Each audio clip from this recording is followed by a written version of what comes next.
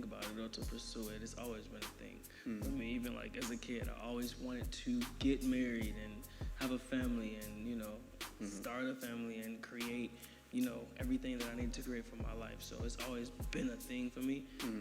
But recently, I don't know, just feel like I found the love of my life. And Yeah, that's what's up. like, you just know, like, when you just know, like, I think this is the one, and I'm going to keep pursuing this one, because it's just crazy how you can go from liking a person to, like, not liking a person, and then you go right back to liking a person. You and can't it's get like, rid of it. you It's can't- like they just there.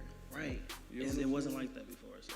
That was what it was for my wife. We met back in 2006, going into 2007. And from that moment, we just never not been around each other. We've always, like, of course you have that back and forth like you were saying. Yeah. But for the most part, we've always been in contact, and we were really, really good friends. How it always starts out. Yep. And it was just like, I can't shake her. Like, I don't know what it was, but it was just like, yes, I need to have this person. I need to actually see what is there. You know what I Crazier mean? thing was, we used to sing together, like, way back in the day So when you we were already got a younger. little dynamic going. Well, we didn't talk. Okay. We didn't talk. She was in the soprano section. I was in the tenor section. Okay. She's younger than me. She's about 4 years younger than I was, or than I am. Mm. And it was like, we didn't talk. And so years later, as we got older, I saw her, and I'm like, who is this? Like, oh, like, wow, like, what's up? Right. And then, boom, put two and two together, and it was just like, What would you say is the greatest quality, one of the things that you really admire or just attracted to about her? just her mind, her mental is so, Strong. yo, Yeah. like, it's something about having a great mental and knowing what you want, like, because I know what I want, and I want somebody that is on that same type of level, and that's part of being equally yoked, and it's such a great thing, and it's like, I literally prayed for my wife. I asked God to send me my wife, and I literally listed qualities that I would want to look for in my wife and that I would expect to have in my wife. And God said, ask what you want, so I did.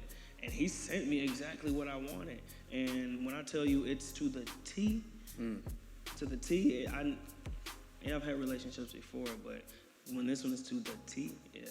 You can't avoid it. I can't. Cannot avoid it. Nope. But no. So how long you guys been together? I would say about 2 years and a half, but realistically, probably about 2 years and a half, but officially a year and a half.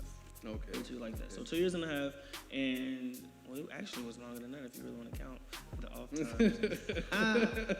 You got to though, man. It's a part of Okay, your so journey. let's go all the way back Yeah. to 2018, 17. So through the whole, it was the 4, right? Yep. 2008. She was there for that too. Yep. Wow, G. Nobody knew. Wow. Man, yeah, you gotta marry her, G. He gonna marry you.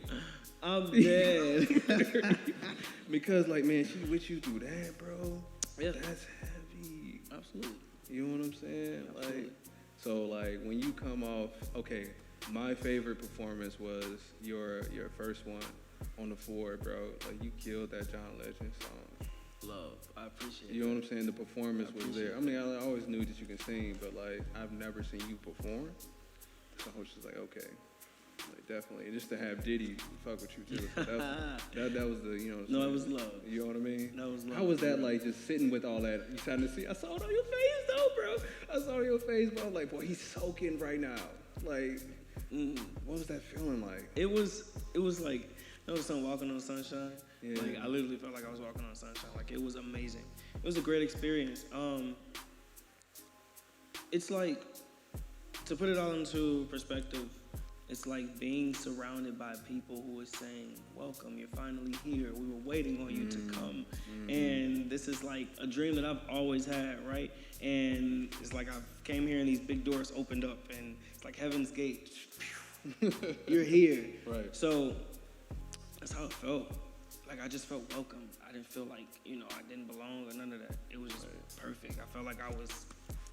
So it was, I mean, we as artists, like, we feel, comfortable in our commune with artists, right? Mm-hmm. So what would you say in the overall society? What is our role as artists in society? What do you think? Well, I do believe every artist have a different role. Mm-hmm. Every artist have a different role, and it's up to you to try to figure out what that is. You have to identify your purpose, right? For me, I can sing. Mm-hmm. I can sing, and there's a whole bunch of other people that can also sing. Mm-hmm. But when I sing, it's something different than when somebody else sings, right? And there's the understanding of my power versus somebody else's power, mm-hmm. my purpose versus someone else's purpose. And so I can only speak for my purpose and what my job is as a singer, and I believe that is to influence the lives of other people and inspire and not run a sentence and inspire them mm-hmm. to just completely do whatever it is they want to do.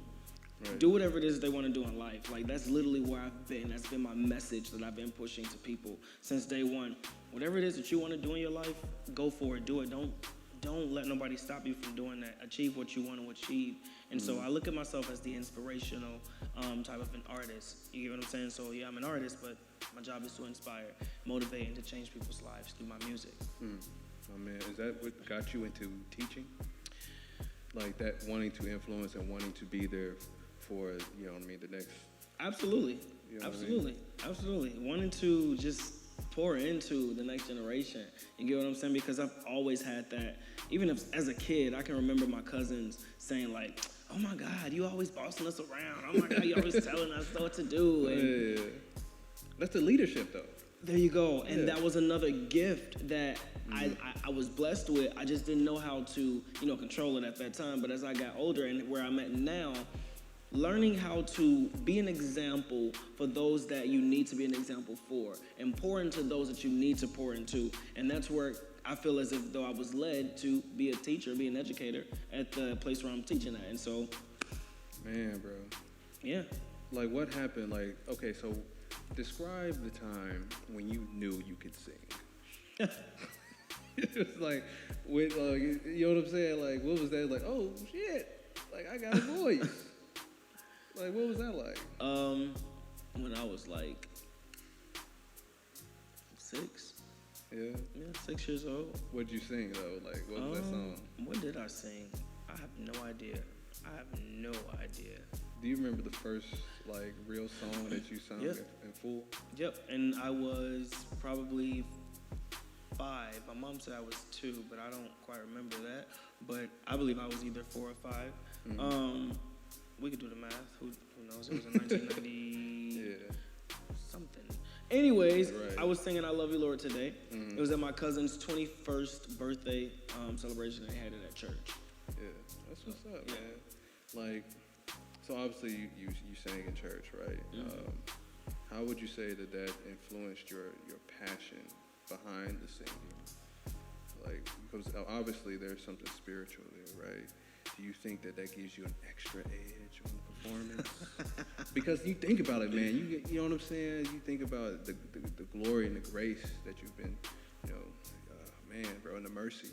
That all just comes out in the performance, and I think that's why it's so powerful when you do perform.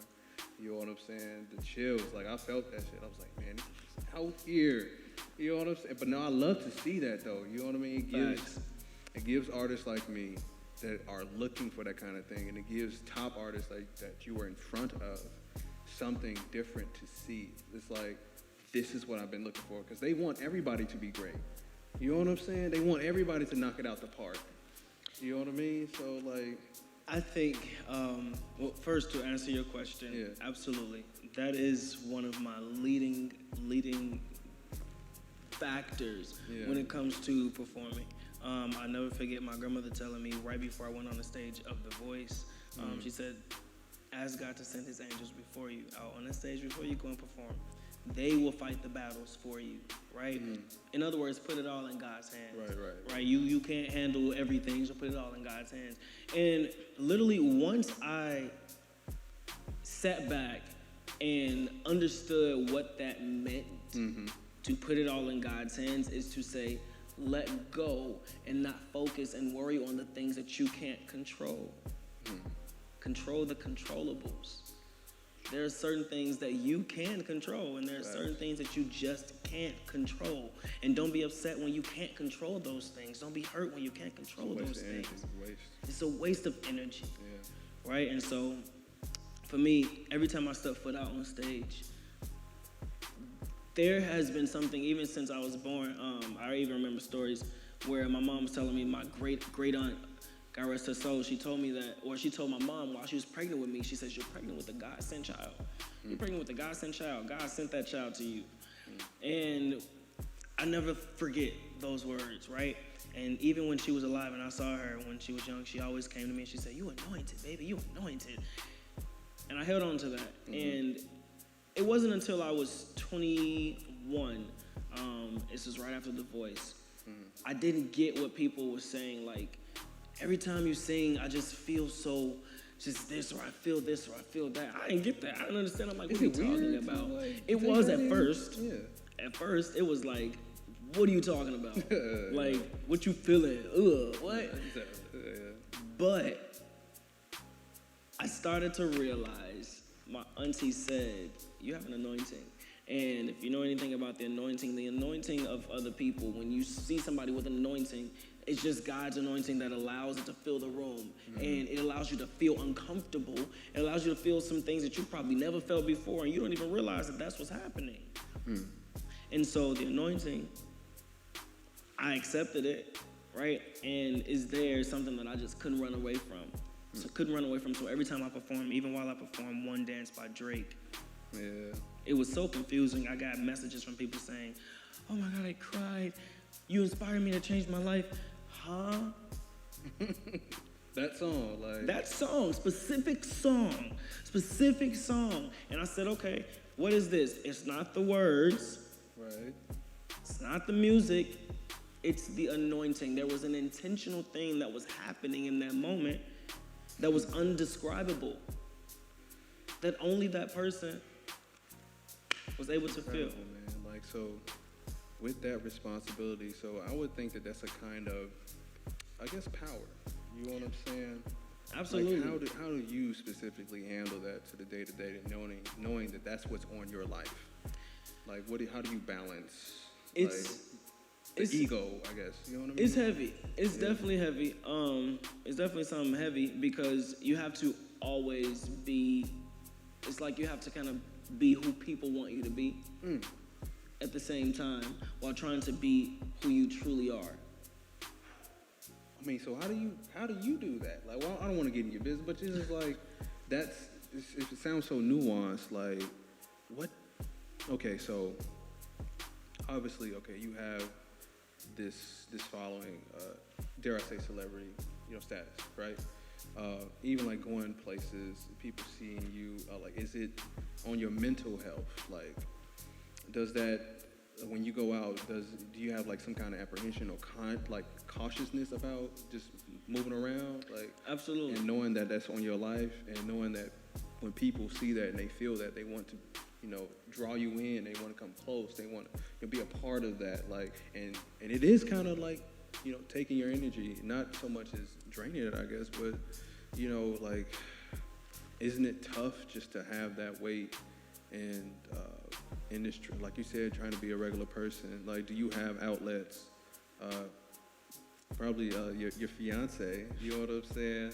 I'm putting it out there, man. I'm putting it out there, like, but no, that's important, bro. Like, because I want to say the mental part of that and the emotional part of that has to be so heavy. Like, and I don't want to sound too concerned, but like, I know that heavy is the crown that wears the head. You know what I mean? And so I think with what you have, and especially teaching, bro, like, and everything that you're doing concerts, bro, like, how are you replenishing yourself? Like, how are you, like, putting that energy back into you? Because you're putting so much out. The output is there. Like, so what do you do, and whatever you're comfortable with sharing, like, what do you do to give yourself back that energy? It's quite interesting that you said that because my mom is always on me. She's always on me. She's like, you need to rest. Boy, you look like you're losing some weight. I'm like, I'm already a stick. What are you talking about? Like, what? You look like you're losing some weight. You need to rest. You need to sleep, something. Yeah. And she's absolutely right. Like, even now, I'm probably working on a couple hours of sleep just due to constant working. But that's just, I don't know, that's just me. You know, I'm always working, I'm always doing stuff. And there's those moments where where I'm just by myself and the music, if I could just play some music and just have a moment of worship, that is me replenishing myself, right? Like, I'm good. I'll keep working and then let me just sit back and relax and listen to some music. Right. And I'll be perfectly fine. That's what's up, man. Like, okay, so teaching, right? What is, what age are you teaching? High school. Juniors and seniors. The savages. That's the sophomores. The sophomores are the savages, okay? Really? Yeah, sophomores is the worst class. Let it be known. Teachers man. say that sophomores, if you're a sophomore in high school, sophomores are not a friendly class to teach, simply because you are now in high school officially. It's your second year, you think you up there, you think you own, and it's like, nah, kid, you just really got, pipe down. So how do they react to you, you know what I'm saying? It's interesting. It's interesting because this was my first year actually. Okay. This is my first year teaching as a full-time teacher. I'm also a coach on the side. I coach acting and poetry. So my acting kids, they were with me when I did The Voice. So they were just like, oh my God, Mr. Warrior, and then you're gonna do another show. So they kind of got used to me, right? But my new students, when I first came, they were just like, you look like that boy that sang on TV. And I'm like, yeah, that's me. Right. And it was like, I don't know, it was just a great experience because they all loved me, and I just kept it was like an open door policy for me, open room policy when we were in class, because I wanted to just, of course, build that relationship with them and just have moments to be able to talk to students and just pour every knowledge or every bit of things that I know into them aside from music. My job was, to be there to teach music, but any of the students that I've taught that have graduated last year will be able to tell you Mr. Warrior didn't just teach us about music. We literally learned life lessons, because I feel like that was something that we lacked when I was in school. When I was in high school, that was something that we lacked. And to help our children understand like the world and society that we live in, and to understand that they can too have a place in this world, and all they have to do is literally create goals for themselves and understand their purpose and be willing to want to learn and get to know more about who they are and where they come from, and to show them that they have an opportunity to be something. That itself is a joy. I literally was talking to my principal today and was saying how much I enjoy doing that, because it's a great thing to see kids like, oh my God, I didn't know about that. What? They did blackface? What? They still doing stuff like that? Right. What? It's such a joy, because it's like, yes. Right? And so let's change that story. Let's change that narrative. Let's change this, and to see the fire in a lot of them wanting to actually change. All in a little old music class. Hey man, it only takes one person. And that's something I stand by. I Only literally only want to influence. Of course, I want to influence the world, but if I get that one, I'm satisfied. You are influencing the world with one person, because one person is a world. Ah. Think about it. Go ahead man. and turn that into a sermon. Go ahead. I mean, I stand on my soapbox sometime, bro. Like, if you let me stay there too long, I'll stay there all night, bro. Come on now. I love it. Think about, like, everything that's in you, right? Like, I can even go down and talk about the molecular and cellular level. There's trillions of cells. I talk to my cells every day. You know what I'm saying? Like, you have to direct yourself. Yes. All trillion of yourself. Like, Yes. that is, dare I say, godlike, bro. No, it's absolutely You know correct. what I'm saying? So, like, and for you to be able to influence millions, you know what I'm saying? You have galaxies that you don't think about that, bro. It's so deep. It's so deep, and we all have this power. And you said it right there. We all have this power. We power. all have this power, and you're doing a great thing with your anointing and just giving it back. and letting it replenish and letting it refuel and putting it back into our community so that we know that we are worth Absolutely. our weight in gold, platinum, whatever, everything. Yes, You know, sir. diamond, anything that's out there of value, we are worth Yep. a billion times that. Oh yeah. You know what I'm And saying? and more. You feel me? Like, and just, I mean, switching gears and talking about worth. I looked at something, I posted it on my Instagram story. Crazy Bone was reading this letter from someone talking about the agenda that changed hip hop forever. It was a group of people that got together and explained how they were going to, because of the private prison system that was coming into play, they were going to change the music industry. So they want to do away with all the conscious rappers, don't offer those people any contracts, just do all the gangster rap shit. And look at where we are today because of it, because they wanted to fill those prisons. And I really find it because it's so deep and it pissed me off because, and like now, I'm kind of apprehensive to listen to gangster rap because I love that shit. You know what I'm saying? Freddie Gibbs, the Schoolboy Q, I love all that shit. You know what I'm saying? Not because, you know, I'm out that life. No, I just love, you know, that somebody went through that and now they can talk about it and influence somebody else. You know what I mean? But the whole agenda behind that to destroy us, to come and take something that we meant for good for our therapy, and now you want to use it against us. If I may interject. Yeah, go ahead. You know, literally, I'll start with what you ended with. Taking something to use it against us, that has forever been the agenda. Always.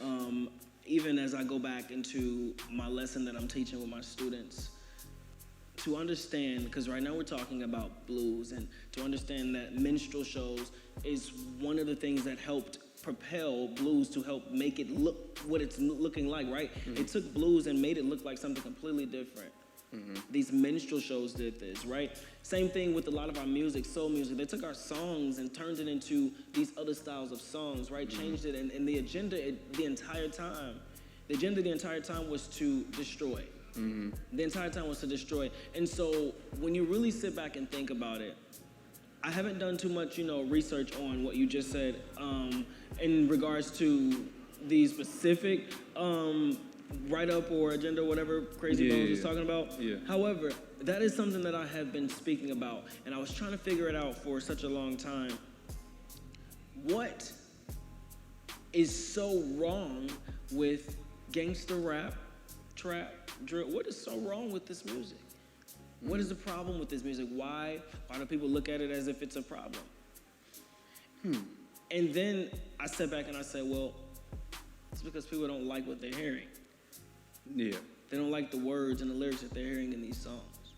And then I said, okay, Well, what do you think about the influence, too? there we go. If you don't like the words, if you don't like what you're hearing, then change a person's circumstance, change a person's situation, change what's influencing them, change what's causing them to speak the way that they're speaking. If you don't like a person's story, help bring them out of poverty, give them opportunities to change their circumstances and their life situations. That is, because that's telling. Because I listened to Joe Rogan, right, and he was saying if you want to make America truly great, you have to make everybody winners. Because there's so many people that are losing in this country. Like, we see now that the government has enough to provide for everybody. You know what I'm saying? And 40 plus million people out of work, and then you got another half of that that's on unemployment at the height of things. So it's like, okay, we have enough money to take care of people. So like, what are we really doing? Like, American can't be great unless we all are winning.